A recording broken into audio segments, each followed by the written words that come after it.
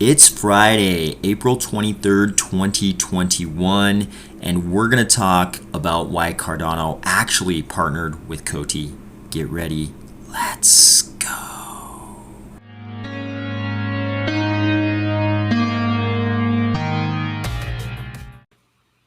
Today we're going to cover something that I think is going to be really important, especially after next Thursday. And it has to do with Basho. Basho is scaling. And that thing we're going to cover is why the hell Cardano actually needed Coti. I think we all know that Coti is payments infrastructure through ADA Pay for Cardano.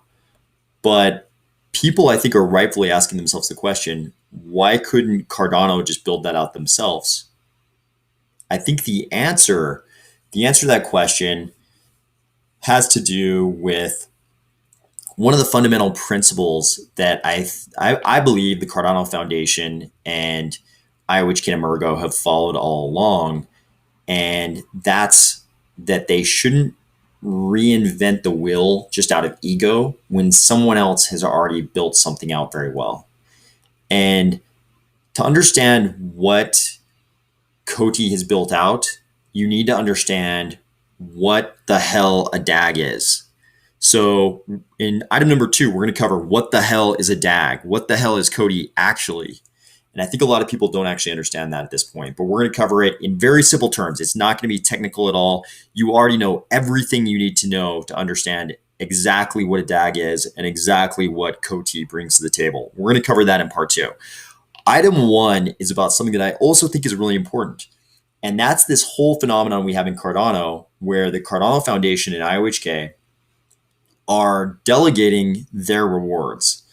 And I think this is another one of the fundamental sort of ethos of our ecosystem. And that's that we have these gigantic entities, Emergo, IOHK, and Cardano. They are whales that eat pods of whales. They are gigantic stakeholders.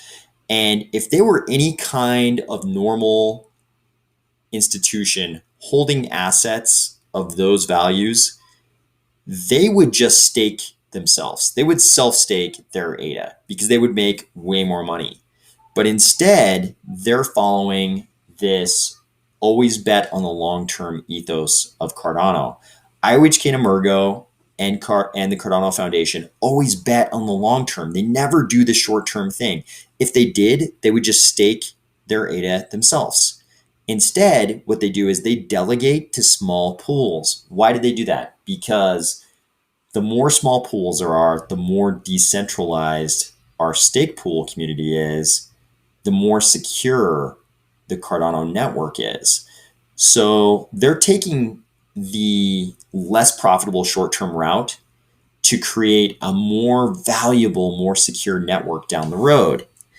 And here we have the Cardano Foundation announcing some changes to their delegation methodology. I'm just using this opportunity to talk about this delegation thing in general. So just to cover really quickly the changes they're making, they're going to delegate on a quarterly basis instead of a monthly basis. And their other delegation criteria haven't changed. There's a few other small, like bureaucratic changes. Where does the balance lie between allowing Adam Smith's hidden hand to work its free market magic and trying to help small pools? On the one hand, we want to help small pools, creates greater decentralization. On the other hand, when we do that, it's hard to say that we're not stymieing the effects of the free market in culling bad stake pool operators who are maybe, missing blocks, missing slots. Their servers go down. They were supposed to be the slot leader. Their servers go down. They don't actually do what they were supposed to, right? If we delegate to all these pools, maybe we're missing out on some of the effects of the hidden hand.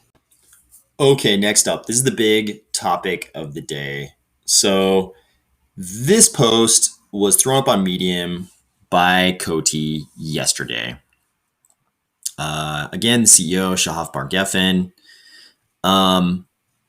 So this post, he lays out what the Cardano deal can mean for growth in the Coti ecosystem And he talks about all the things you expect. He's basically just hyping up Cardano for the Coti community. But a lot of people are asking this question, right? Like, okay, Coti is payments infrastructure. Why can't Cardano just build that themselves? Why can't IOHK build that? Why does Cardano need Coti, right? The cryptocurrency trilemma, right? We've got security, decentralization, and scalability. There are variations on this. People might label some of these points of the triangle slightly differently, but we'll call it security, decentralization, and scalability. Right? Cardano has security. It has decentralization. The big problem, the big looming hard part of the crypto trilemma for the whole crypto space is how do we get to Visa levels? Visa does unbelievable volume of transactions per second compared to any crypto project. That's the sad truth. The hard truth is that Visa crushes crypto in terms of transactions per second. It's just way more scalable. Why? Because there's zero decentralization. And as you know, if you've ever had your card hacked or you've been a victim of a merchant being hacked, there's little security. There are hacks every day. So Visa has focused just on scalability. They just do the volume, right? The crypto trilemma means that cryptocurrencies are trying to do all three: security, decentralization, and scalability. That's the piece that Coti brings. And the way they bring that is through a DAG, a directed acyclic graph. That sounds crazy, right? That sounds like something super technical, and you probably have to have a PhD in like math and economics and cryptography to understand it. Turns out not the case. Let's talk about directed acyclic graphs. So the core infrastructure at Coti is the trust chain. The trust chain is, according to Coti's website here, a proprietary consensus algorithm based on machine learning, which dramatically decreases transaction costs and increases processing speed. The trust chain lies on a multi-DAG, directed acyclic graph data structure, which works in tandem to drive up scalability, processing over 100,000 transactions per second. Now we're talking about 100,000 transactions per second, right? This is not something that Ethereum can do, right? This is not something that we can pull off with our current crypto architecture. So we have to ask ourselves the question, what the hell is a DAG? They keep throwing this word around, directed acyclic graph. It's the most suitable infrastructure, 100,000 TPS. What the hell is it? Let's take a look. All right, Harry, welcome to Professor Dumbledore PD's office. Let's find out what a DAG is. So it turns out a DAG, a directed acyclic graph, is just that set of graphs that are susceptible to topological ordering. What is topological ordering? Here, Wikipedia tells us topological ordering is an ordering of its vertices into a sequence such that for every edge, the start vertex of the edge occurs earlier in the sequence than the ending vertex of the edge. So we can see here, you could take a system of nodes and create little channels. And as long as all the channels sequentially go from up here to down here, we've got a DAG. And Wikipedia points out to us that you can also do these in parallel. And they seem to be especially valuable for data processing networks and data streams. They can be executed as a parallel algorithm in which each operation is performed by a parallel process as soon as another set of inputs becomes available to it. And that is exactly what we see in Coti in the white paper. So here we have Coti's white paper, the trust chain consensus. This is not a terrible read. You can easily go through this yourself. I welcome you to. You can see Coti is a multi-DAG system. Coti is not bounded to one instance of DAG. The same infrastructure of nodes permits the creation of multiple DAGs. They go on explaining exactly how all that works, how smart contracts work in their DAG. But more importantly, let's go down here and look at exactly how all this works. Okay, you can see here the same kind of graph of a bunch of nodes in a system, just like we saw in Wikipedia. So what a DAG does is it says, hey, let's make sure that our system of nodes is susceptible to topological ordering. And then if it is, we can change things from this, where we've kind of got lines going every which direction, to this. And as soon as we have this topological sorting of these vertices in the mathematical language of the Wikipedia article, but in crypto, we're going to think about them as channels for transactions and data in the case of smart contract enabled blockchains like Cardano. As soon as we have these and we're running multiple of them, like in Coti, a multi-DAG system,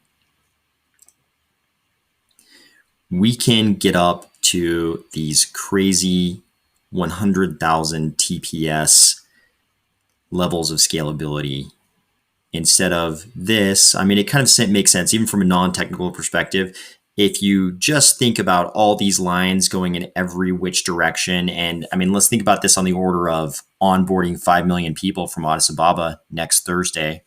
If we're thinking about that, 5 million people all paying for various utilities, paying each other ADA, using ADA in commerce. If we go from that, this times 5 million, or how many, 1, 2, 3, 4, 5, there's 6. So this times a million almost to this, things start making a lot more sense. If we have a topological, if we structure the payments infrastructure as a DAG, that means it can be topologically ordered and things can look like this. Boom, boom, boom, boom, boom.